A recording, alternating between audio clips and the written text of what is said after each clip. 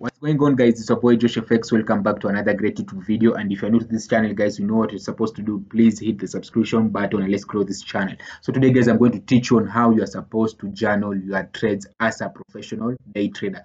As you know, many of you maybe have heard about journaling and you're wondering what is this? These traders are they talking about journaling? What am I supposed even to write up in these journals, or what am I supposed to write about my trades in this journal? What am I supposed to write about how I feel, or the trades, or so I'm going to clarify on all these misconceptions. I'm going to teach you the technique that I used on me when I'm journaling my trades. It's a very simple technique and it's a very easy technique, and I know by the end of this video, guys, you will have learned a lot from this video. So I'm going to start right away.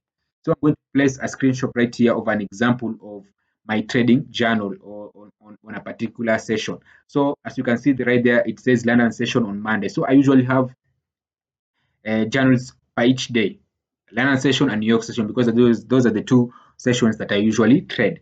So when I wake up in the morning, the first thing I do, I usually have to write on my journal. You see, so if it's on Monday morning London session, the first thing I have to do is I have to ask myself a simple question: Am I feeling good or bad? That is the first thing that I usually do, even before opening the charts, and that's even it's a routine at this point. I have to ask myself: Am I feeling good or bad? If I'm feeling bad, I'm not supposed to open the charts. I'm just simply I'm supposed to walk away. Why is this so? Because when I'm feeling bad, I don't have the right mental clarity for me to be able to to to to analyze the markets. You see, so I have to be in the right state of mind. I need to be good, because my mood. I came to identify that my mood can affect my trading, because your mood has power to affect how you're able to perceive situations.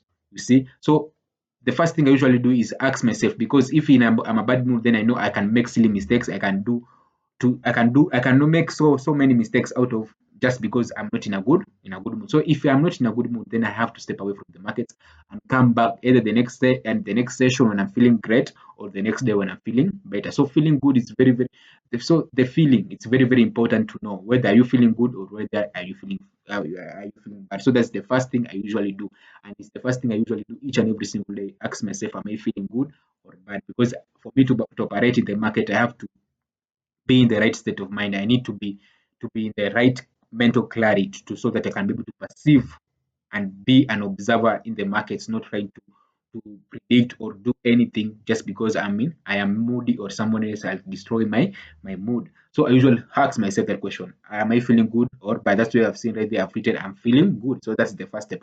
The next step after that is I must check news for the day. That is the second step. I must check, is there any news during that day? Most traders don't even check if there's news in that day. They just trade randomly.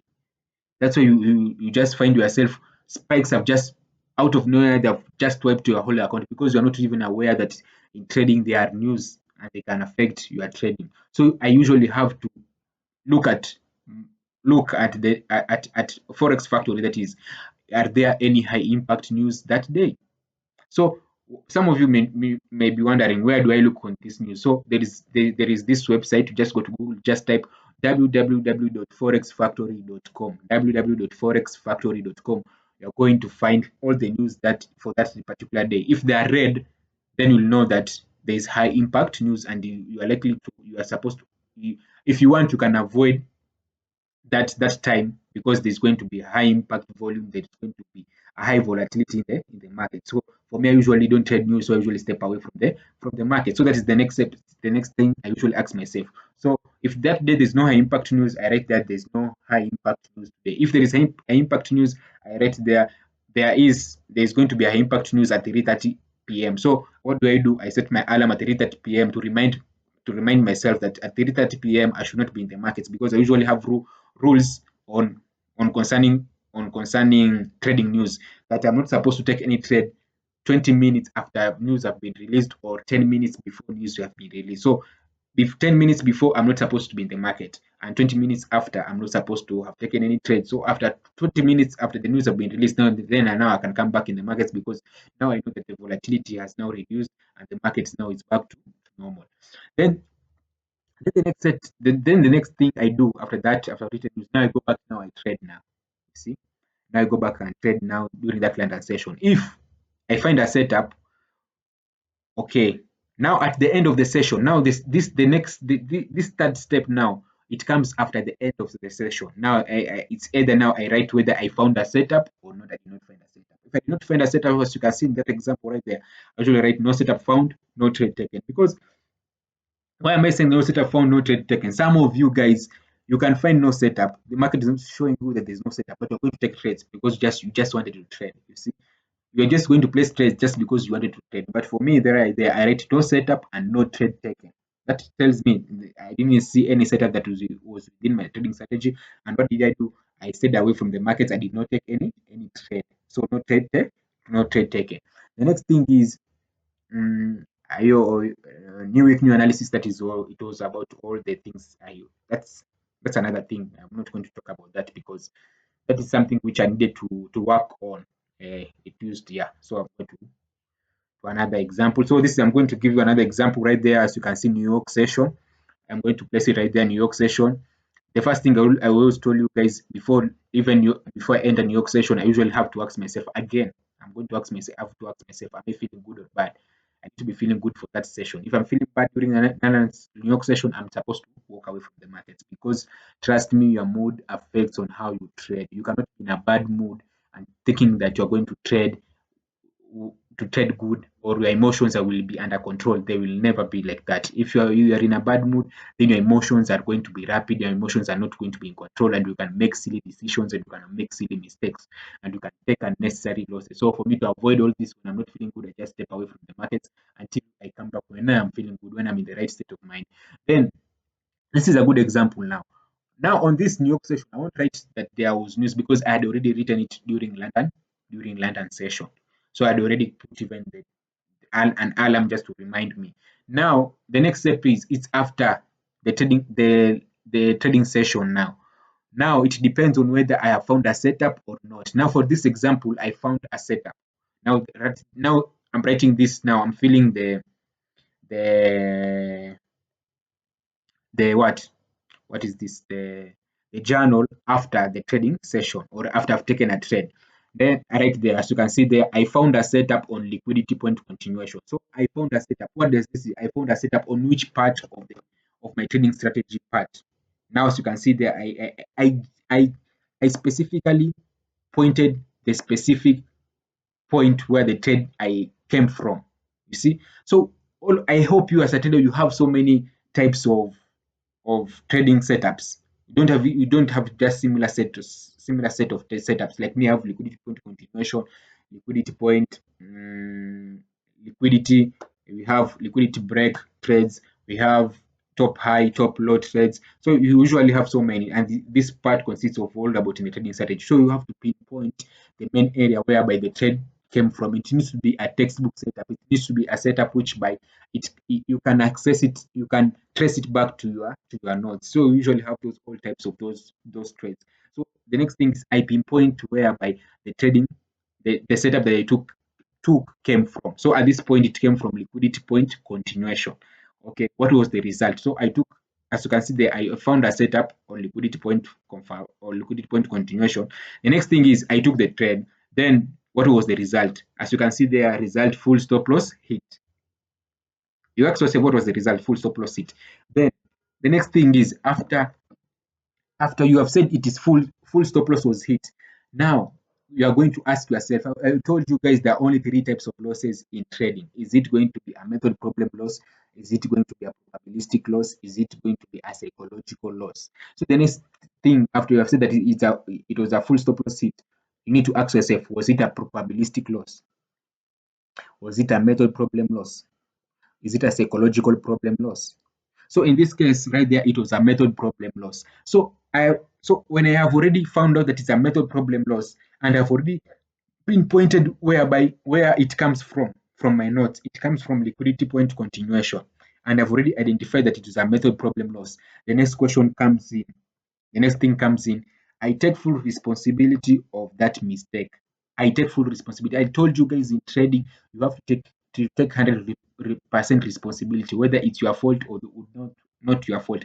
Also, this applies to life. You have to take 100% responsibility for you to to experience change and for you to enable your mind to grow or to learn something. So the next step is I take 100% responsibility for this mistake, and it's okay as long as I'm going to learn from it. So see, I'm accepting.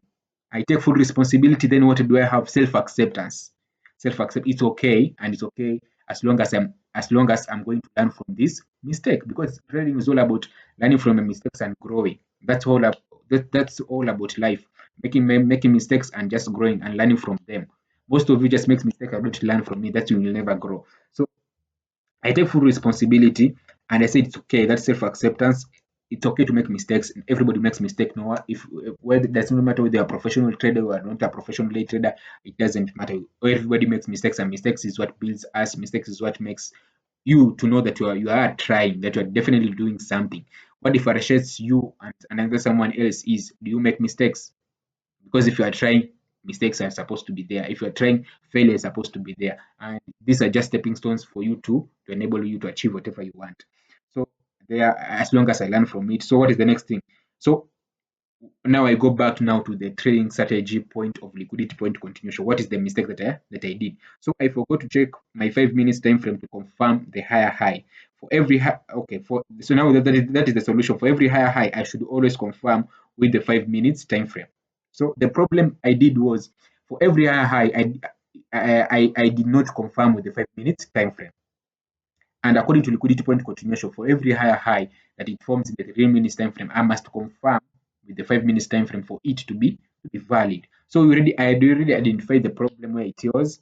That is, I did not confirm with the 5 minutes time frame, and the solution is, for every high I need to confirm with the 5 minutes time frame. You see, and then there down I noted again the method problem of power of 1. And then later during the weekend, now I can go back now and pinpoint on how I'm going to make sure that this problem does not happen, or how am I going to make sure that this problem doesn't happen. Then that's what I usually write during New York session. As you can see, it's very detailed and it's very, very, very, very easy. So that's how I usually do. The next thing is, I have another example right here. It's on New York session on Thursday. As I told you guys, I usually have to ask myself, am I feeling good or bad at that point? I think you guys know. Then the next thing is, I found a setup on point of interest. Okay, it is New York session. That's why I've not used news. News, I usually check them on London session. Remember that. Then after that, it happens after the trading session. After I've taken the trade, now I come back. Where did you find the trade? I found a trade on the point of interest. I've told you guys, you need to pinpoint whereby you took the trade. It needs to be a textbook setup. I took a trade. I found a trade on point of interest. Result: full stop loss hit. After it is a full stop loss hit, what is the next thing you have to ask yourself? Is it a method problem loss? Is it a psychological loss? Is it a probabilistic loss? Let me explain much more of this. There is three types of losses. If it is a probabilistic loss, you know that there is nothing you're going to do in the market. Oh, you should just say it was a probabilistic loss. That's okay, and it's okay because you have just experienced probabilities. There's nothing you can do there. You did everything that you are supposed to do, but in the end you just experienced another loss, and it's normal because losses are normal in trading. And what we call this probabilistic losses that you cannot change them. They're just there. It's for every trading methodology has losses. It is intact. For every trading methodology has to have its own losses. That's why we call this probabilistic loss. Now, when you experience a probabilistic loss, there's nothing you can do from it. There's nothing you can learn from it. That's the difference now. There's nothing you can learn from it. You just have to accept it and come back the next session. Then you have psychological problem loss. If you have a psychological problem loss, like you are emotional, like you did things based on your emotions, like you cutted your profits short, or you let your losses to run, that's a psychological loss. Now you pinpoint that is a psychological loss. How you can AI fix this psychological problem loss? They have done so many videos on how to fix your psychology. Go back to those videos and watch. And that problem is it method problem loss? As you can see in this example right here, it's a method problem loss. So I've already pinpointed where it came from. It came from liquidity, or it came from point of interest. Okay, then the next thing is, it was a method problem loss on different time frames on point of interest. Price approached point of interest from formed a week buy on the 3 minutes time frame at 18:45.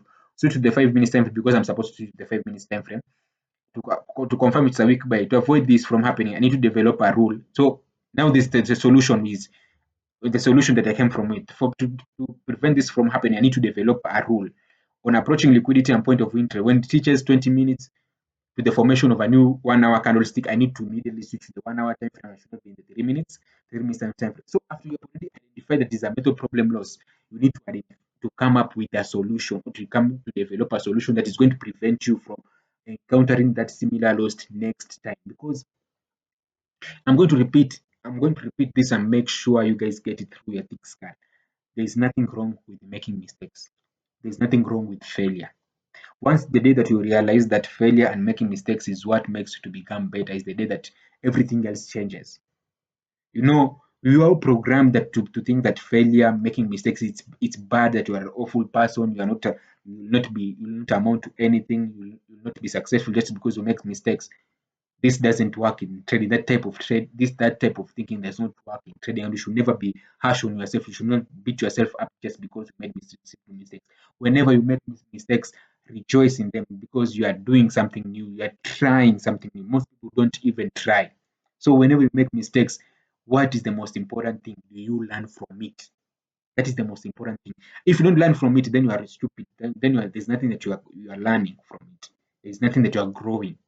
The most important thing is just for growing. So even if when all of us, when you were born, we could not just walk immediately. What do you we started trying to walk, we fall down. We decided to we walk, we stand up, we try to walk, we fall down. So every time that falling down, waking up, falling down, waking up, that's what we call failure, and not accepting failure and learning from it. That's when out of nowhere you just found yourself, you can walk. But what was the beginning like? Failing. You said you started walking a few meters, fall down, you wake up again, you try to walk again a few meters, you fall down again, but you did not lose that. That's why that's failure. Okay, there's this quote I read on this book, Outwitting the Devil by Napoleon Hill. It talks about the difference between winners and the losers is because the winners know how to differentiate between temporary defeats and failure. The winners, it came from the book Outwitting the Devil by Napoleon Hill. Winners know how to differentiate between temporary defeat and failures. For you to achieve whatever you want, if you want to become a profitable forex trader, know that there are so many temporary defeats you're going to encounter within that. If you want to make a certain amount of money, know that it is bound that you will have temporary defeat. But temporary defeat does not mean that it's permanent, that it is who you are. It is what you do with those temporary defeats that define whether you're going to achieve your goal or not. Because the temporary defeats are there to make us grow, to make us to be that version of a person that is worthy for us to be able to achieve that particular goal that you want. But then there is failure. Failure is when you just accept it and you don't learn from it, and you just quit and you give up. Then that's what we categorize as failure. But as long as you don't give up and as long as you learn from it, those are just called temporary defeats, and which are stepping stones to you to be able to achieve whatever you want in life. So always remember that, guys. Change your mindset. Failure and making mistakes and temporary defeats are very okay and are very, very, very, very normal, guys. So those are the few examples, guys, I usually do during my trading journals. Have you seen on how I usually tend to that's it's so simple on my trading journal. So that's how I usually do it. You see, if it is a winning trade, let's say I'm going to remove this from my head. Let's say it's during New York session. Okay, I'm feeling good. Then after the trading session, that is after I've taken the setup. I found a setup on this on where on this on let's say on liquidity point continuation. Result, it is a win. It's okay. It's a win. The next step is I'm going to ask myself, did I break any rule? Even if it is a win, did I break any rule? No rule was broken, because you can catch a winning trade, but in that process you also break your own rule. See, so you need to ask yourself, okay, I found a winning trade. Did I break any of my rules? If you did break any of your rules, identify that rule that you broke, and then identify a solution. Come up with a solution to it, so that next time you are not able to break it again. That's why I told you, growth, guys, it's through learning mistakes. So fall in love with making mistakes. If there's anything you can take from this video, fall in love with making mistakes. That's why I also tell my students, the day that you'll come to tell me that you have made mistakes is I'll feel happy. and you should be proud of yourself because you know that you are trying something new. You you you you you are trying something new than more than these people. And then what is the next step is you have to learn from it, and that's how people gain experience. That's how people come. You are wondering how is this guy operating, or how did this guy even achieve this kind of experience? It's because I knew that there are temporary defeats and there is failure. As long as I don't give up, it's just temporary defeats are just stepping stones for me for this to enable me to become to be the best version of myself so that I can be worthy of that end goal that I want. So, guys, that's how I usually journal my trades as a professional day trader. Your boy Josh FX. So, if you found this video to be very educative, please subscribe and comment, guys. And I can say that that's the end of this video. It's been your boy Josh FX. See you in the next video.